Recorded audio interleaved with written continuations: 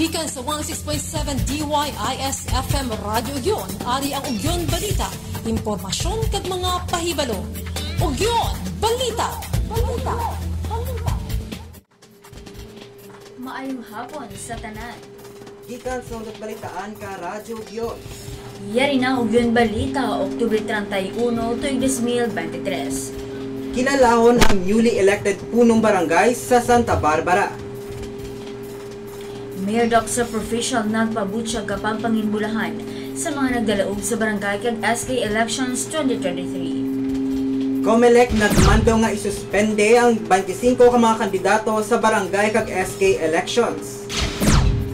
Mayor Doc sa Provincial nagapangabay nga mangin matalunsay ang pagdumdum ka pistang minatay. Santa Barbara BFP nakaalerto na sa pista minatay.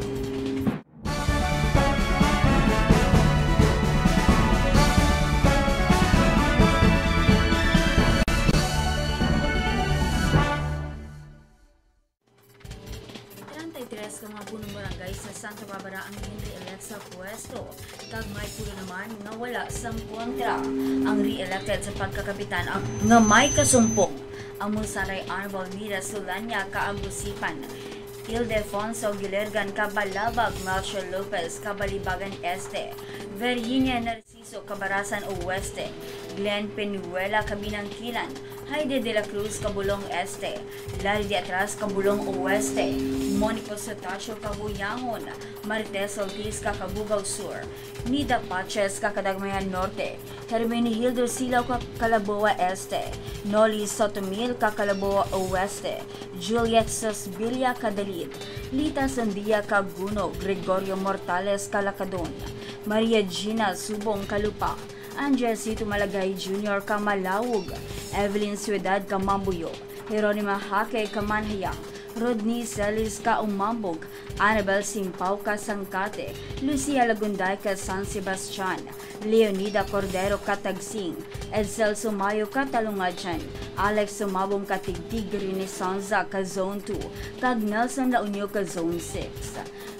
Samtang ang pulo naman ka mga kapitan nga wala sang kontra, ang Musanday Honorable Roy Kilarto Kabalibagan Oeste, Lavelita Chator Kabantay, Hitler Hasbe Kakabugaw Norte, Celso Sumanghid Kakanipayan, Francisco Sudaria Kalanag, Charmlene May Manaay Kanasuban, Marilu Hamuyot Kapalagon, Marcelino Barrios Jr. Katalanghawan, Edwin Casquero Katugas, kag Rudora Octaviano ka Zone 1.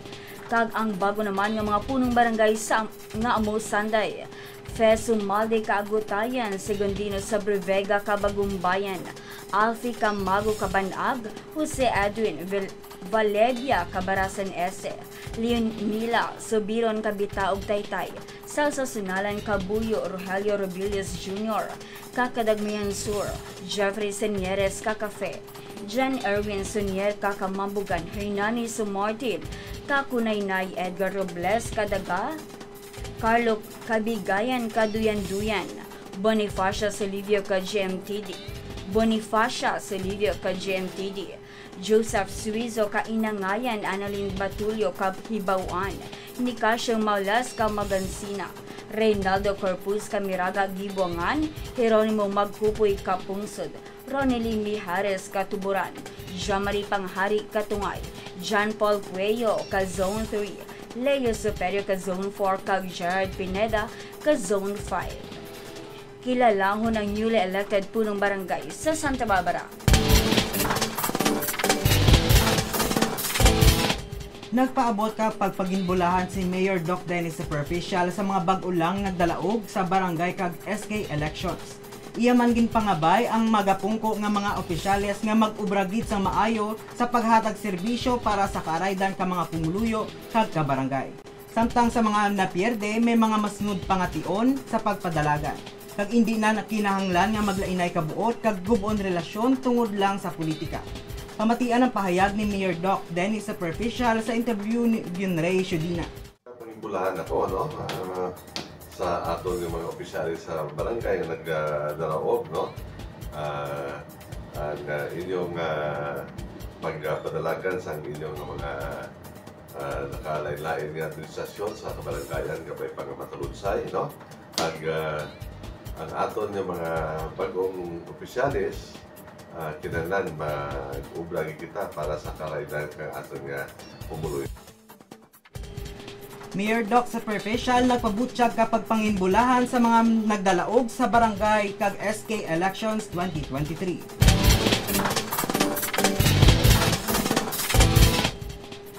Ginmando ka Commission on Elections sa COMELEC ang pagsuspende ka 25 ka mga kandidato para sa barangay kag Sangguniang Kabataan Elections 2023. Ininalakipan ka siyang ka mga kandidato sa pagkapunong barangay, 7 ka barangay kagawads, 2 ka SK chairpersons, kag 7 man sa SK kagawad. Kag sa sulod ka 7 ka kandidato sa punong barangays, 6 diri ang sa Iloilo Province kag isa sa Capiz. Mayar naman nga duha nga nasuspende sa nga punong barangay sa Negros Occidental, 7 sa barangay kagawads, isa sa SK chairman kag 7 man sa SK kagawads.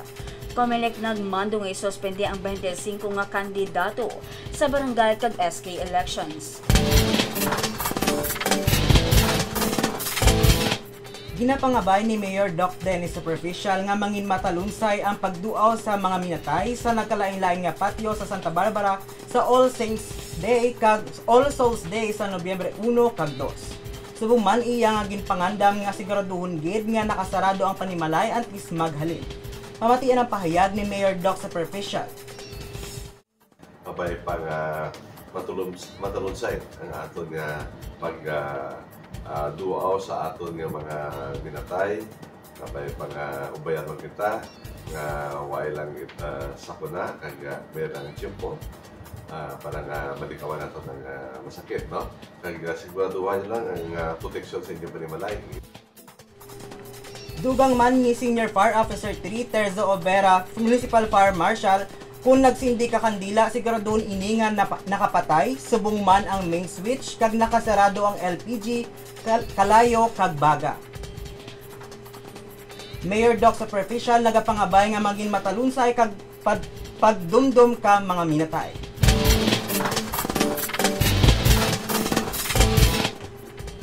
Naka-alerto na ang tanan nga mga katapo ka Santa Barbara Fire Station kadungan sa pagdumdum ka pista kag santo. Pista sa mga santo kag pista minatay. Suno kay Senior Fire Officer 3 Terzo Overa, may i-deploy nga mga bombero sa 6 ka mga patio kag fire truck sa dalago nga patio, pero ka patio municipal, katoliko kag Whitehaven. Dugang ni Senior Fire Officer 3 Overa, tuyo sang ila talatapan nga manging safe ang pagdumdum ka All Souls Day kag All Saints Day. Santa Barbara BFP naka-alerto na sa pista minatay.